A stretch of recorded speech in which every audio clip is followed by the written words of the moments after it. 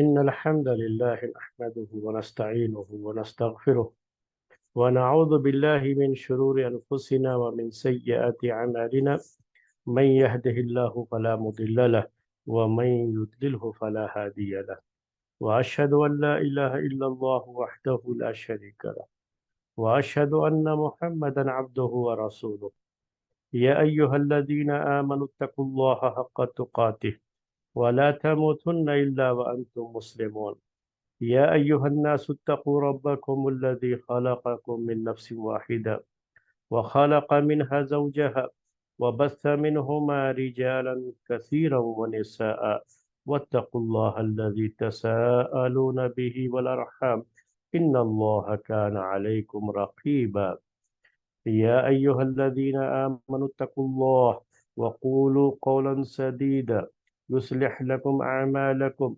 ويغفر لكم ذنوبكم ومن يطع الله ورسوله فقد فاز فوزا عظيما أما بعد فإن خير الحديث كتاب الله وخير الهدي هدي محمد صلى الله عليه وسلم وشر الأمور محدثاتها وكل محدثة بدعة وكل بدعة ضلالة وكل ضلالة في النار۔ محترم بھائیوں اور معزز خواتین، اسلامی خلافت سے متعلق ہمارا یہ درس جو اس وقت عباسی پیریڈ اور عباسی پیریڈ میں آج جو درس ہم اسٹارٹ کریں گے وہ ہارون رشید سے متعلق ہے۔ اس سے پہلے ہارون رشید سے پہلے ہادی کے بارے میں پچھلے درس میں باتیں آپ کے سامنے آئی تھی۔ ہادی یہ عباسی پیریڈ کا چوتھا خلیفہ ہے، مہدی کا بیٹا ہادی، اور ہارون یہ اس کا بھائی ہے، اس کو ہارون رشید کہا جاتا ہے۔ تو یہ ہارون اس کا بھائی ہے ہادی کا۔ اور پچھلے درس میں یہ بات آپ کے سامنے آئی تھی کہ ہارون کو زیادہ موقع نہیں ملا تھا خلافت کا، اور بہت نوجوان تھا جب اس کو خلافت ملی تھی۔ صرف اس کی عمر اس وقت 22 سال تھی، 22 ایئرس، اور اس وقت اس کو خلیفہ بنایا گیا تھا۔ اتنا نوجوان خلیفہ تھا، اس کے بعد اس کے بھائی ہارون کو باپ نے دونوں کو اپنا ولی عہد بنایا تھا اپنی زندگی میں، مہدی ان کے باپ کو۔ تو مہدی نے ولی عہد کے بارے میں بار بار کہتا رہتا ہوں کہ یہ جیسے آج کے دور میں ہم کراؤن پرنس کہتے ہیں تو وہی ولی عہد ہوتا ہے، اسی کو عربی میں ولی عہد کہا جاتا ہے۔ یعنی ایک یہ عہد لیا گیا ہے کہ اب جو خلیفہ ہے اس کے بعد یہ خلیفہ بنیں گے۔ تو مہدی نے اپنے دور خلافت میں اپنے دو بیٹوں کو ایک کے بعد دوسرا اس طرح سے کراؤن پرنس بنایا تھا۔ پہلا ہادی ہوگا جو ہے خلیفہ، اس کے بعد ہارون ہوگا۔ لیکن بعد میں کچھ کوششیں ایسی بھی رہیں کہ ہادی کی جگہ پر ہارون کو، چونکہ ہارون کی صلاحیتیں کچھ زیادہ تھی اور یہ باپ کو سمجھ میں آ رہا تھا کہ میرا یہ بیٹا ہادی کے مقابلے میں ہارون زیادہ یہ باصلاحیت ہے، اور بہت سارے کام جو اس کے سپرد کیے تھے، اس کے حوالے کیے تھے حکومت کے، وہ کام بہت اچھے انداز سے اس نے انجام بھی دیے تھے۔ تو یہ سب چیزیں دیکھتے ہوئے کوشش تو کی گئی تھی، لیکن اس کو اس کا موقع نہیں ملا، اور آخر کار اس کا انتقال ہوا تو ہارون سے پہلے یہ ہادی خلیفہ بن گیا تھا۔ یہ باتیں آپ کے سامنے آئی تھی، لیکن تعجب زیادہ اس پہ ہوا کہ جب ہادی کو خلیفہ بنا دیا گیا اور خلیفہ بن گیا، اب اس کے بعد اس کا بھائی ہارون یہ خلیفہ بنے گا، یہ معلوم ہے سب کو جو، اور ابھی بالکل نوجوان تھا، 22 سال اس کی عمر تھی، 22 ایئرس۔ اتنی جلدی کون سوچتا ہے اپنی موت کے بارے میں؟ لیکن اس کو اسی وقت سے یہ فکر ستانے لگی کہ میرے بعد میرا بیٹا جو ہے خلیفہ بنے۔ تو اس نے کوشش کی، اس وقت کوشش کیا کی اس نے کہ کسی طرح سے اپنے بیٹے کو ولی عہد بنائے اور ہارون کو راستے سے ہٹا دے، جو ہم ہمیشہ خلیفہ کرتے آئے تھے، پہلے سے بھی یہ چیزیں چلتی رہتی تھیں، اور تاریخ میں یہ باتیں آپ کے سامنے آ چکی ہے، بار بار اس کا ذکر آتا ہے، کیونکہ ہر خلیفہ یہ کوشش کرتا تھا۔ تو اس نے بھی کوشش کی، جبکہ یہ میں نے کہا آپ سے کہ اس کی اپنی عمر صرف 22 ایئر ہے، تو آپ اس سے اندازہ لگائیے کہ بیٹے کی عمر کیا ہوگی۔ تو بیٹا بھی بالکل چھوٹا بچہ تھا، اس کو کراؤن پرنس بنانا، اب ظاہر سی بات ہے کہ لوگوں کو چیز ہضم بھی تو ہونی چاہیے نا۔ تو لوگوں نے سمجھایا، بعض لوگوں نے سمجھایا بھی اس کو کہ آپ اتنی جلدی میں کیوں ہیں، اپنے بیٹے کو پہلے جوان ہو جانے دیجیے، اب آپ کی عمر ہی کیا ہے، 22 سال آپ کی عمر ہے، ابھی تو آپ خلیفہ بنے ہیں، ابھی تو آپ کی لمبی عمر ہو، اور جو ہے آپ اپنے جوان بیٹے کو، جب بیٹا جوان ہو جائے تو اس وقت آپ ہارون کو ہٹا کر کے بیٹے کو بنا دیجیے گا اپنا ولی عہد، یعنی کراؤن پرنس، یعنی آپ کے مرنے کے بعد آپ کا بیٹا خلیفہ بنے گا۔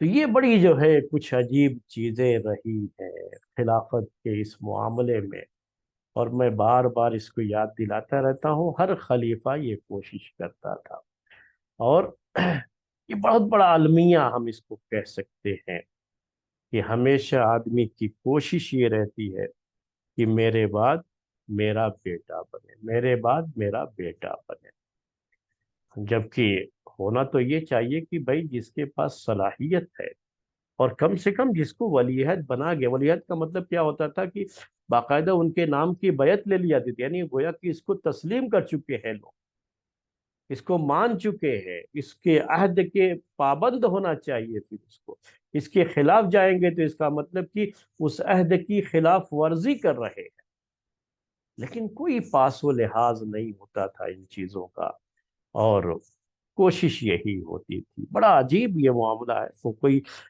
یہ باتیں اسی وقت میں ختم ہو گئی یا خلفاء کے اندر تھیں، یہ نہیں ہے، اصل میں یہ چیزیں آج تک پائی جا رہی ہیں۔ میں اسی لیے یہ بہت اس کے ساتھ بیان کرتا رہتا ہوں کہ یہ تنقیدیں لوگ کرتے ہیں خلفاء پر، یا جو ہے ان کے خلاف باتیں کرتے رہتے ہیں، لیکن اگر آپ غور کریں تو جہاں جس آدمی کے ہاتھ میں بھی اقتدار، یعنی کوئی عہدہ، کوئی منصب کسی بھی انداز کا اس کے ہاتھ میں آ جاتا ہے نا، تو اس کی پہلی کوشش تو یہ ہوتی ہے کہ میرے ہاتھ سے یہ نکلنے نہ پائے، اس کے لیے چاہے جتنے انسانوں کی قربانیاں دینی پڑے وہ سب دینے کو تیار ہو جاتا ہے، اور دوسری کوشش یہ ہوتی ہے کہ میرے بعد میرے خاندان میں رہنا چاہیے، میرا بیٹا ہی بننا چاہیے، اور میں اس سے پہلے بھی ذکر کیا ہوں، شاید آپ لوگوں کو یاد ہو کہ اور جگہوں کو چھوڑ دیجئے میرے بھائیوں، میری بہنوں، ہمارے جو دینی مدرسے ہوتے ہیں، دینی ادارے ہوتے ہیں، جو پبلک کے پیسے سے بنائے جاتے ہیں، جو عوامی چندے سے بنائے جاتے ہیں، اور پورا خرچہ اس میں جو بھی ہوتا ہے وہ لوگ دیتے ہیں، لوگوں کی زکوٰۃ کے پیسے لگتے ہیں، لوگوں کے صدقات کے پیسے لگتے ہیں، عوامی چندہ ہے جس کے ذریعے سے یہ مدرسہ بنایا جاتا ہے اور مدرسہ چلایا جاتا ہے۔ یہ دینی ادارے بھی آپ دیکھیں گے تو اس میں بھی یہی چیز ہوتی ہے، کہ جو بھی اس کا ذمہ دار ہوتا ہے اس کی کوشش پوری یہ رہتی ہے کہ میرے بعد میرا بیٹا، اور ایسے ہی ادارے جو ہے چل رہے ہیں، باپ کے بعد بیٹا، پھر اس کے بعد اس کا بیٹا، ایسے ہی جو ہے سلسلہ چل رہا ہے اس پہ بھی۔ اب اس کے پاس چاہے اس کی صلاحیت ہو نہ ہو، یہ چیز نہیں دیکھی جاتی ہے، اور یہ بھی نہیں سوچا جاتا کہ یہ پبلک پراپرٹی ہے، یہ ہماری اپنی پراپرٹی نہیں ہے کہ اس میں وراثت چلے، کہ جو ہے میرے بعد جو ہے میرا اپنا جو ہے بیٹا اس کی دیکھ بھال کرے، وہ وارث بن جاتا ہے، تو یہ کوئی جو ہے اس کی اپنی ملکیت نہیں ہوتی ہے کہ اس کی وراثت میں جو ہے اس کا بیٹا اس کا وارث بنے گا، یہ تو پبلک پراپرٹی ہوتی ہے۔ تو یہ چیزیں ہیں، ابھی بھی چل رہی ہے، اور کسی نہ کسی انداز سے یہ چیزیں پائی جاتی ہیں، اور اس کی وجہ سے بڑا ظلم بھی ہوتا ہے لوگوں پر، اور صحیح لوگوں تک جو ہے جن کے پاس صلاحیتیں ہوتی ہیں ان تک یہ عہدے اور منصب نہیں پہنچ پاتے۔ تو بہرحال ہادی نے بھی کوشش تو کی، لیکن اللہ تبارک و تعالی نے اسے موقع نہیں دیا، اور ہادی بڑی جلدی اس کی وفات ہو گئی، جوانی میں ہی 22 سال کی عمر میں، 22 ایئرس میں خلیفہ بنا تھا، اور 1 سال چند مہینے اس کی خلافت رہی اور اس کا انتقال ہو گیا۔ اور ابھی بیٹے کو کراؤن پرنس بنانے کا جو خواب تھا وہ ابھی آنکھوں میں ہی رہ گیا، اور وہ خواب شرمندہ تعبیر نہ ہو سکا۔ ہارون چونکہ پہلے سے ہی یہ ولی عہد تھا ہی، اس کے باپ نے اس کو ہادی کے بعد بنایا ہوا تھا ہارون کو، تو اسی لیے آٹومیٹک، جیسے کہتے ہیں کہ آٹومیٹک، وہ خود ہی جو ہے ہارون کے ہاتھ میں خلافت آ گئی۔ اب ہارون کا یہ دور یاد رکھیے گا کہ عباسی خلافت، عباسی پیریڈ میں ہارون رشید کا یہ دور سنہرے حروف سے لکھا جاتا ہے۔ مطلب کیا ہے اس کا؟ کہ ایک تو اس کی مدت بہت لمبی تھی، بہت لمبی مدت تک اس نے بھی حکومت کی ہے، اس کی خلافت بڑی لمبی رہی۔ دوسری بات کیا ہے کہ اس کی خلافت میں جو کارنامے ہیں ان کارناموں کی وجہ سے بھی اس کو بہت یاد کیا جاتا ہے۔ اس کی اپنی بیوی جو زبیدہ، جو ملکہ تھی، زبیدہ جس کا بڑا عمل دخل تھا، اس کی بیوی جو ہے زبیدہ، آج بھی آپ زبیدہ کو جو ہے بہت یاد کرتے ہوں گے۔ نہر زبیدہ یہ مشہور ہے تاریخ کے اندر۔ تو یہ رفاہی کچھ کام تھے جو اس کی بیوی جو زبیدہ تھی اس کی جو ہے وہ کام جو ہے اس کی نسبت سے کافی مشہور ہے، اور وہ حکومت کے کاموں میں بھی حصہ لیتی تھی، باقاعدہ اس میں اس کی شرکت تھی۔ وہ باتیں آپ کے سامنے آئیں گی بہرحال۔ تو یہ سب چیزیں ہیں تاریخ میں، اور یہ ہارون رشید کا دور ایک اور چیز کے لیے بہت یاد کیا جاتا ہے۔ اس کے دور میں برمک ایک خاندان تھا، تو ان کو برامکا عربی میں کہا جاتا ہے۔ اصل میں برمک ایک شخص کا نام ہے، بعد میں اس کا ذکر آئے گا، تو میں صرف اس کے دور کی جو اہمیت ہے، کیوں اس کو اتنا مشہور ہے، یہ وہ باتیں آپ کے سامنے پیش کرنا چاہ رہا ہوں۔ تو اس کا بس یہ تھوڑا سا ذکر برمک خاندان کا کر رہا ہوں، ورنہ تفصیل جو ہے برمک خاندان کی آپ کے سامنے آئے گی انشاءاللہ۔ تو اسی کے دور خلافت میں برمک خاندان، جس کو عباسی خلافت میں شروع سے ہی اس کا عمل دخل تھا، لیکن اس کے دور میں برمک خاندان کو بڑا عروج حاصل ہوا تھا۔ اور یوں سمجھ لیجئے کہ ہارون تو بس نام کا خلیفہ تھا، اور پورا کام جو اصل جن کے ہاتھ میں حکومت تھی، جو حکومت چلا رہے تھے نا، وہ برمک خاندان تھا۔ اور ان کے جو ہے وہ اس خاندان سے تعلق رکھنے والے 4 بڑے مشہور شخص تھے، جنہوں نے حکومت کی ساری ذمہ داریاں سنبھالی ہوئی تھی، اور یہ سب کچھ ہارون نے ہی ان کو دیا تھا، یعنی ہارون نے ہی ان کو یہ سارے کام ان کے حوالے کر دیے تھے، کیونکہ برمک خاندان سے ہارون کا رشتہ تھا، دودھ کا رشتہ تھا، اور اس لحاظ سے وہ لوگ سمجھ لیجئے کہ اس پر خلافت پر پورے طریقے سے قابض تھے۔ لیکن برمک چونکہ یہ لوگ عجمی تھے، عجم سے تعلق رکھتے تھے، فارسی تھے، یہ لوگ مجوسی تھے، بعد میں اسلام قبول کیا، یعنی ان کا جو علاقہ تھا وہ علاقہ تھا، تو ظاہر سی بات ہے کہ خلیفہ جو بنے گا وہ قریش میں سے ہوگا۔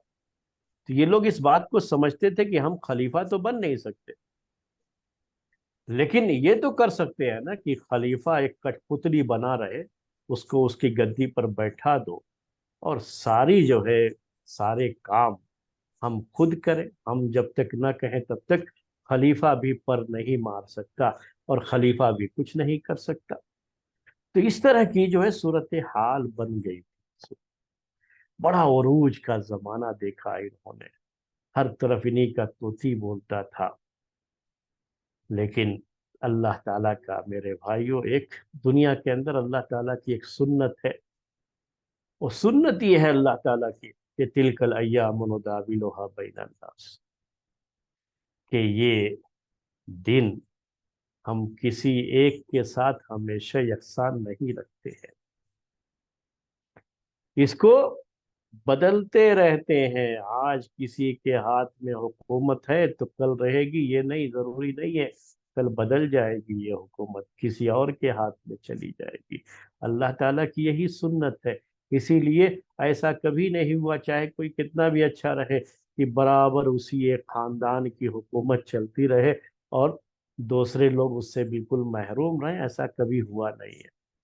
تو تاریخ ہمیشہ جو ہے میں یہ باتیں رہتی ہیں کہ جب کسی کو بڑا عروج حاصل ہوتا ہے تو عروج کے بعد پھر زوال آ جاتا ہے، یعنی اوپر گئے تو نیچے بھی آنا پڑتا ہے. تو اسی ہارون کے دور میں یہ تماشا بھی لوگوں نے دیکھا کہ کیسے یہ برامے کا خاندان اوپر گیا، چوٹی پر پہنچا، اور اس کو شکھر کہتے ہیں ہندی میں جو ہے یہ، یعنی جو ہے کہہ لیجئے کہ اپنے پک پر، جو انگلش میں پک جو ہے کہتے ہیں نا، پک پر جو ہے تھا، اور پھر اچانک دھڑام سے نیچے گرا.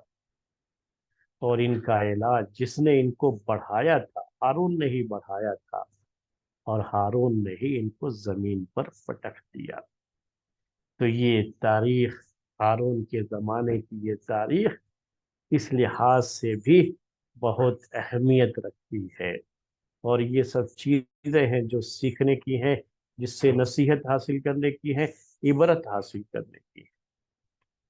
ہارون رشید کا یہ دور اس لحاظ سے بھی بڑی اہمیت رکھتا ہے. میں صرف تمہید بتا رہا ہوں ابھی آپ کہ اسلام کے جو بڑے مشہور جو ہے محدثین اور فقہا گزرے ہوئے ہیں، علماء گزرے ہوئے ہیں، اور ان کی بڑی تعداد ہارون رشید کے زمانے میں موجود تھی. اور ہارون رشید نے اس زمانے کے علماء فضلہ کو یہ بہت نوازا کرتا تھا، اور اپنے دربار سے ان کو قریب رکھنے کی پوری کوشش کرتا تھا. یہ الگ بات ہے کہ محدثین نے ہمیشہ اپنے آپ کو خلافت کے دربار سے دور رکھا. وہ کبھی خلیفہ کے قریب نہیں جاتے تھے، اپنے جو ہے خلافت اور اپنے درمیان دوری بنائے رکھتے تھے. لیکن اس زمانے کے بہت سے علماء اور فضلاء جن پر ہارون رشید اپنے پیسوں کی بارش برساتا تھا، بڑی جو ہے بڑے بہت نوازتا تھا، اس کی سخاوت بھی بڑی مشہور رہی ہے. اور سرکاری خزانے سے یہ بھی کہا جاتا ہے کہ اپنے جو ہے اپنے مال میں سے وہ برابر لوگوں کو حج کے لیے بھیجتا تھا. کن کو؟ علماء کو، فضلاء کو. اور اپنے ساتھ جب وہ، اس کا یہ بھی تھا کہ ایک سال حج کے لیے جاتا تھا اور ایک سال ہمیشہ سفر میں.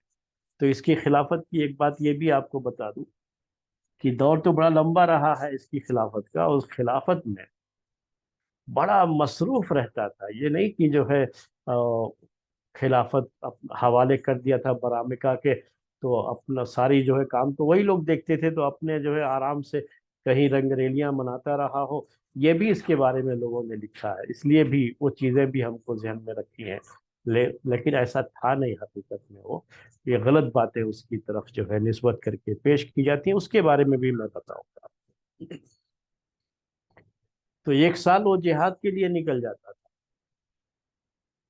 آج دشمن و اسلام دشمن جو لوگ ہیں، جو غیر مسلم ہے، جو غیر مسلم حکومتیں تھیں، ان سے تو کوئی خاص جو ہے لڑائی، میں نے کہا پورے عباسی پیریڈ میں بہت معمولی سے جھڑپیں ان کے ساتھ رہی ہے. کوئی خاص اس طرح کی خلافت جو ہے کی طرف سے ان کے ساتھ جنگیں نہیں ہوئی ہیں جیسے اموی پیریڈ میں رہی، جیسے خلفائے راشدین کے دور میں رہا. وہ چیز تو نہیں رہی. لیکن مسلمانوں ہی کے درمیان اب کافی لمبی چوڑی حکومت ہے نا، تو ان کے درمیان ہی یہ مسئلہ بھی رہا کہ کہیں کہیں بغاوتیں ہو جاتی تھیں، لوگ ان کے خلاف، حکومت کے خلاف سر اٹھاتے تھے، تو اس کے لیے میدان جنگ میں جانا پڑتا تھا۔ تو یہ ہے، تو اس کے بارے میں مشہور تھا کہ ایک سال وہ جہاد کے لیے جاتا تھا اور ایک سال حج کے لیے جاتا تھا، اور جب حج کے لیے جاتا تھا تو بڑے لاؤ لشکر کے ساتھ جاتا تھا، کم سے کم 100 علماء کو اپنے ساتھ اپنے خرچے پر لے کر کے جایا کرتا تھا۔ مجھے آج کے دور کی چیزیں جو ہے نا، جب یہ تاریخ پڑھتا ہوں تو یاد آتی رہتی ہے۔ تو یہ ہارون رشید کے دور میں یہ چیزیں رہی ہیں، ہارون رشید کو بھی اس کے لیے یاد کیا جاتا ہے آج بھی۔ ابھی جو سعودی حکومت ہے، میں وہ چیزیں آپ کو جوڑ کر کے بتاتا ہوں، یہ تاریخ جانتے رہتے ہیں تو معلوم رہتا ہے کہ یہ کہاں سے چیزیں آئی ہیں۔ تو ابھی حکومت ہے جو سعودی حکومت، جو بھی بادشاہ ہو، یعنی یہ نہیں کہ ابھی کا جو بادشاہ ہے یہی، اس کے پہلے بھی جو بادشاہ گزرے ہوئے ہیں سب کی طرف سے، ہر ایک کی اس میں یہ بات رہی ہے کہ یہ لوگ کیا کرتے ہیں کہ ہر سال دنیا کے مختلف ملکوں سے اپنے خرچ پر لوگوں کو حج کے لیے بلاتے ہیں، اور یہ سب ہوتا کہاں سے؟ ایمبیسی کے تھرو ہوتا ہے، سعودی ایمبیسی جو دلی میں ہے اسی کے تھرو ہوتا ہے، اور اس میں زیادہ تر ایسے ہی رہتا ہے کہ جو ہے مختلف اداروں کے جو علماء ہوتے ہیں انہی کو منتخب کر کے، اور انہی کو چونکہ پہلے نام دینا پڑتا ہے، اور کیوں ان کا نام دیا گیا وہ بتانا بھی پڑتا ہے۔ تو یہ چیز جو ہے کافی جو ہے رہی ہے، اور ابھی تک ہر سال جاتے ہیں، شاید آپ لوگوں کو نہ معلوم، لیکن ہم لوگ چونکہ اس فیلڈ کے ہیں تو ہم لوگوں کو پتا ہے کہ ہر سال لوگ جاتے ہیں، اور یہ خاص جو ہے بادشاہ کے مہمان ہوتے ہیں، تو بادشاہ کے خرچ پر ہو جاتے ہیں، بادشاہ ان کو بلاتا ہے، ان کو حج کراتا ہے، اور پورا خرچہ اسی کا ہوتا ہے، بڑے تحفے تحائف بھی اس کی طرف سے ہوتے ہیں بادشاہ کی طرف سے ان کے لیے۔ تو یہ ساری چیزیں کہنے کا مطلب یہ ہے کہ جو ہے وہ سلسلہ ابھی چل رہا ہے۔ یہ صرف یہاں کی بات نہیں، دنیا کے تمام ملکوں سے وہ اس طرح کی چیز رکھی گئی ہے کہ وہاں سے ملک کی آبادی کے لحاظ سے اتنے لوگوں کا نام جو ہے ہوتا ہے کہ اتنے لوگوں کو وہاں سے حج کے لیے بلایا جاتا ہے، اور پورا خرچہ جو ہے سعودی بادشاہ کا رہے گا۔ رمضان کے مہینے میں افطار کے تعلق سے بھی وہ ایمبیسیوں کو، پوری دنیا کی ایمبیسیوں کو جو ہے بھیج دیتے ہیں پیسے، اور ان کو یہ رہتا ہے حکم کہ آپ دے دیجئے وہ پیسے وہاں پر، اور بادشاہ کے نام سے افطار جو ہے لوگوں کو کرایا جائے۔ تو باقاعدہ اس کے بینر لگتے ہیں۔ یہ پیسے پھر ایمبیسی کے تھرو کن کو آتے ہیں؟ یہ علماء کو آتے ہیں، یعنی جو مختلف اداروں کے ذمہ داران وغیرہ ہوتے ہیں، جمعیت اور جماعت وغیرہ کے ذمہ داران ہوتے ہیں نا، ان کو وہ پیسے آ جاتے ہیں۔ وہ ایمبیسی میں جو بھی اس کا ذمہ دار ہوتا ہے ان کو بلا کر کے دے دیتا ہے کہ آپ بینر بنا کر کے اس پر لکھ کر کے کہ یہ بادشاہ کی طرف سے ہے، لوگوں کو افطار کرائیے، اس کا فوٹو لے کر کے بھیجیے، تو یہ اس کی کاروائی ہوتی ہے۔ تو ہارون رشید اپنے دور خلافت میں، یہ بات جو ہے ضمناً آ گئی آپ کو، میں بتایا کہنے کے لیے کہ جو ہے تاریخ دیکھیے، جو آپ تاریخ جانتے رہیں گے تو ان چیزوں کو سمجھنے میں آپ کو بڑی آسانی ہے۔ تو ہارون رشید نے اپنے دور میں یہ چیز کی تھی کہ ایک سال جب وہ حج کے لیے نہیں گیا تھا تو 300 جو ہے علماء کو اپنے خرچے پر حج کے لیے جو ہے بھیجا، پورا جو ہے خرچہ ہارون رشید کا۔ عام طریقے سے یہ ذکر کیا جاتا ہے اس موقع پر کہ جو ہے جیسے ہارون رشید اپنے خرچے سے، اب ظاہر سی بات ہے کہ ہارون رشید کا اپنا خرچہ کیا جو ہے یا اپنا پیسہ کیا ہے، وہ تو خلیفہ تھا، اور خلیفہ جو بھی بادشاہ ہو، خلیفہ جو بھی، تو وہ ظاہر سی بات ہے کہ جو کچھ بھی حکومت کا ہوتا ہے وہ اس کا ایک طرح سے مالک وہی ہوتا ہے، اور جیسے چاہتا ہے جہاں چاہتا ہے وہ خرچ کرتا ہے، اس کے لحاظ سے وہ چیزیں چلتی ہے۔ کہنے کا مطلب یہ کہ وہ چیزیں ویسے ہی چلتی ہیں، کوئی بھی شخص ایسا نہیں گزرا ہے کہ وہ اللہ تعالیٰ کے یہاں سے ایسے ہی پیسے لے کر کے آیا ہو، ایسا تو کچھ نہیں ہوتا تھا۔ تو جو بھی حکومت کی آمدنیاں ہوتی تھیں اسی سے جو ہے یہ پیسے بھی آتے تھے۔ اور ہارون رشید اس لحاظ سے بھی کافی مشہور ہے، اس کی خلافت، کہ اس کے دربار میں نے علماء اور فضلہ کا ذکر کیا، ان کی بڑی تعداد ہوتی تھی۔ اسی طریقے سے دوسرے بھی جو ہے فنون والوں کی بھی بڑی تعداد ہوتی تھی۔ شعراء بہت مشہور ہوتے ہیں، شعراء جو اشعار کہتے رہتے، شاعر۔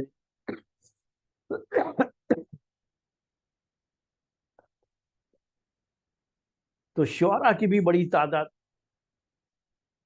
ان کو بھی بڑا نوازا جاتا ہے اور دیا جاتا ہے ان کو بھی جو ہے۔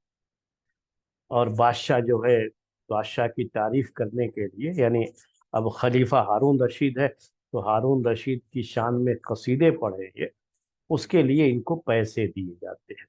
تو ان کو بھی اپنی خلافت سے بہت قریب کر کے رکھتا تھا ہارون رشید جو ہے۔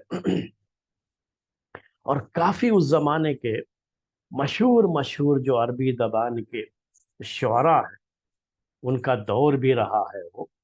میں آپ کو یہ سب چیزیں اسی لیے بتا رہا ہوں کہ ہم جب پڑھتے ہیں نا تاریخ، تو یہ تو ہم سیاسی تاریخ پڑھتے ہیں، یہ جو ہم کہہ رہے ہیں پولیٹیکل جو ہے تاریخ، سیاسی تاریخ ہے، پولیٹیکل ہسٹری جو اس کے ساتھ جو علمی ہسٹری ہوتی ہے نا وہ الگ۔ جیسے آپ عربی زبان ہے، آپ عربک لینگویج پڑھیں گے تو عربک لینگویج، عربک لٹریچر کی اپنی ایک ہسٹری ہوتی، تو وہ ہسٹری آپ پڑھیں گے تو یہ ہارون رشید کے دور میں بڑے بڑے جو ہے شعراء گزرے ہوئے ہیں۔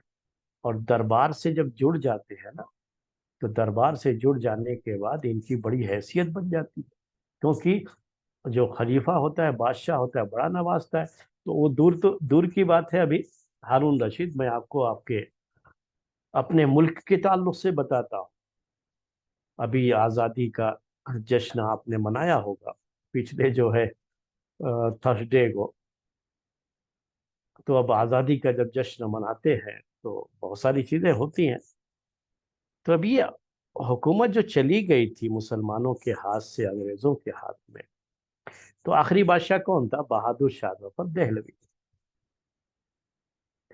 تو بہادر شاہ ظفر دہلوی خود ایک شاعر، اور اس کے درباری شعراء، اردو لینگویج کی جب آپ ہسٹری پڑھیں گے، یعنی اردو لٹریچر کا، اس کی بھی اپنی ہسٹری ہوتی ہے نا، تو ہر لینگویج کی وہ جو یہ ہوتی ہے اس کی ہسٹری ہوتی ہے ساتھ۔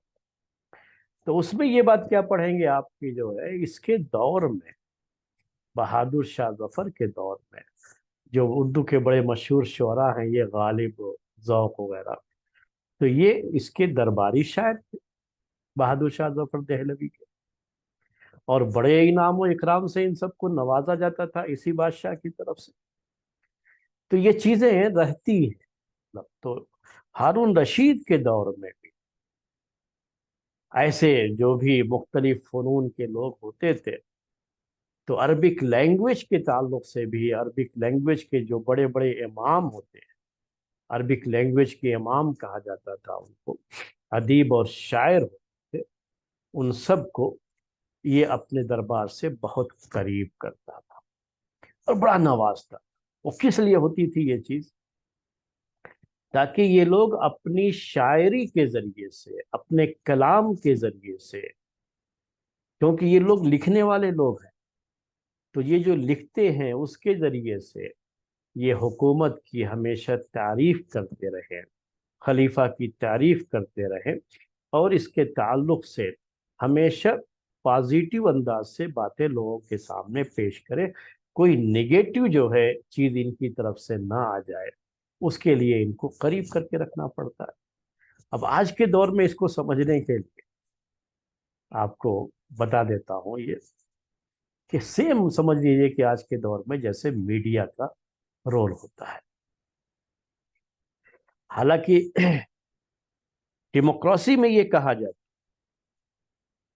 کہ میڈیا جو ہے یہ ایک آزاد ہوتی ہے، اور یہ حکومت کے خلاف بھی جو ہے پروپیگنڈے کر سکتی ہے، سب کچھ جو ہے ایک آزاد اس کو ہونا چاہیے، یہ ڈیموکریسی کے تعلق سے یہ بات کہی جاتی ہے۔ لیکن حقیقت جو ہے وہ یہی ہے کہ جو حکومتیں ہوتی ہیں وہ ان پر پیسے خرچ کرتی ہیں، اور دنیا پیسوں کی پجاری ہوتی ہے۔